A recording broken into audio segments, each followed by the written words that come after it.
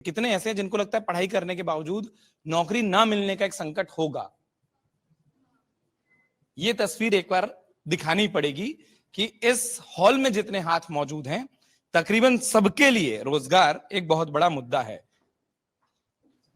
जी, जैसा कि मेरा नाम अंजलि कुशवाहा है, जैसा कि अभी वर्षा ने बोला कि डॉक्टर से सुनते नहीं है, तो वो बात तो उसकी भी सही है। वहाँ पे जाओ तो वो मतलब ध्यान ही नहीं देते, पर्चा बनवा लो, मेडिसिन सही से नहीं देते, और बोलो तो बोलेंगे कि यहाँ पे चली जाओ, मतलब सही से नहीं बताते कि तुम्हें ये है तो तुम इस डिपार्टमेंट में चली जाओ, यहाँ पे बता देंगे तुमको।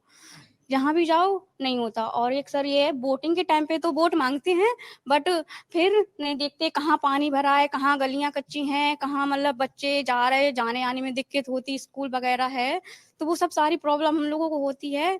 उसमें से मतलब कुछ नहीं देखते। वोटिंग के टाइम पे आएंगे, मतलब वोट मांगेंगे, सब कुछ कहेंगे हम ये कर देंगे वो कर देंगे, बट उससे कुछ नहीं करते। नेता आपके, आप लोग ये कह रहे हो कि वोट के दौर में तो खूब दिखते हैं और उसके बाद अमावस्या के चांद हो जाते हैं कि उनका दिखना थोड़ा मुश्किल हो जाता है। जी सर, मेरा नाम रिमझिम है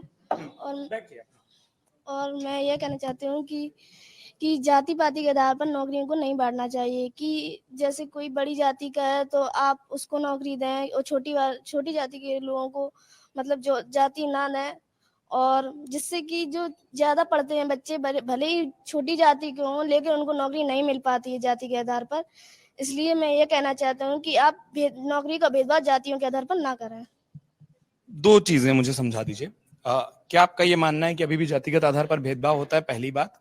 दूसरा, जो आप कह रही भेदभाव ना हो, उसका मतलब आरक्षण से है या उसके अलावा जो इंटरव्यू प्रोसेस के दौरान किसी के पूरे नाम को देखकर जो भेदभाव होता है उससे है? नहीं, आरक्षण से। आरक्षण से, ठीक है, कि वो रिव्यू होना चाहिए एक बार सरकारों को। ठीक जी, आपसे पूछूं और उसके बाद मैं एक एक करके सब तक वो बात लेकर आऊं।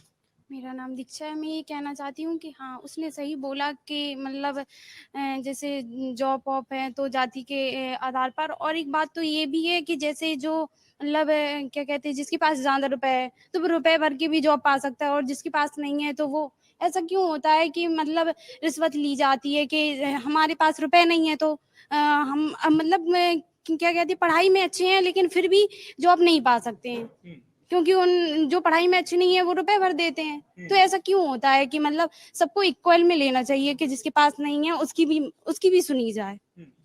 मतलब आप ये मानते हैं कि अभी भी इस तरीके का भ्रष्टाचार सिस्टम में हो रहा है? यस, मैं मानती हूँ कि अभी भी ये सब हो रहा है, तो इसे थोड़ा मतलब देखा जाए, इस पे गौर किया जाए।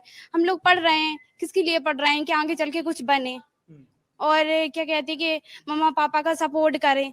अब जॉब ही नहीं मिलती है क्योंकि उतना मन ही नहीं होता है कि उन लोगों को भर पाए, इसीलिए बस, और कुछ नहीं। अगर आप ये वीडियो YouTube पर देख रहे हैं तो हमारे चैनल को सब्सक्राइब करें और बेल आइकन को दबाना ना भूलें। अगर आप Facebook पर ये वीडियो देख रहे हैं तो हमारे पेज को लाइक करें।